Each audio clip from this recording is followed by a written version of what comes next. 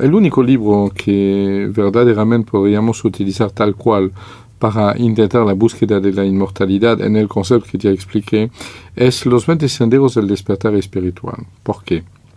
Porque la tesis de este libro es que cuando una persona alcanza el despertar espiritual, que es el más gran estado de conciencia que una persona puede vivenciar y quedar viviente todavía, se producen en él 20 cambios.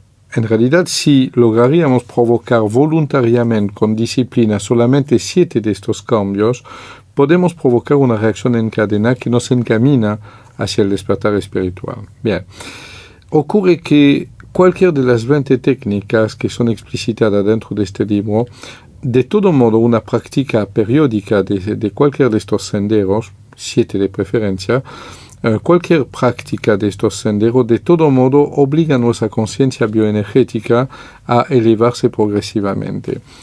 ¿Cómo es una conciencia bioenergética elevándose? Es sencillo.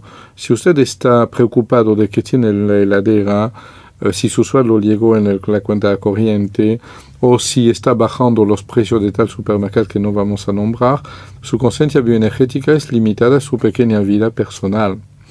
Está preocupada por sus hijos, sí, pero está esperando afecto de ellos. No significa que su conciencia se ha amplificado mucho.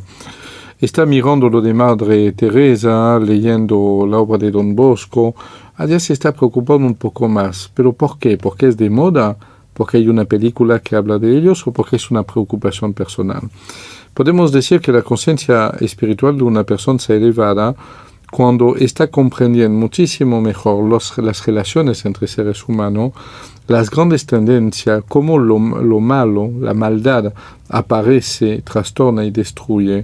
No lo está tratando en forma política, agresiva y humorística a veces o irónica, sino de verdad está observando en el mundo cómo lo malo habla de la boca de fanáticos, de sacerdotes u otro, yo hablo de todas religiones, ninguna en particular, y cómo el bien finalmente logra defenderse. Cuando usted está percibiendo las corrientes del bien y del mal en el mundo, en el universo, puede decir que su conciencia global está empezando a abrirse.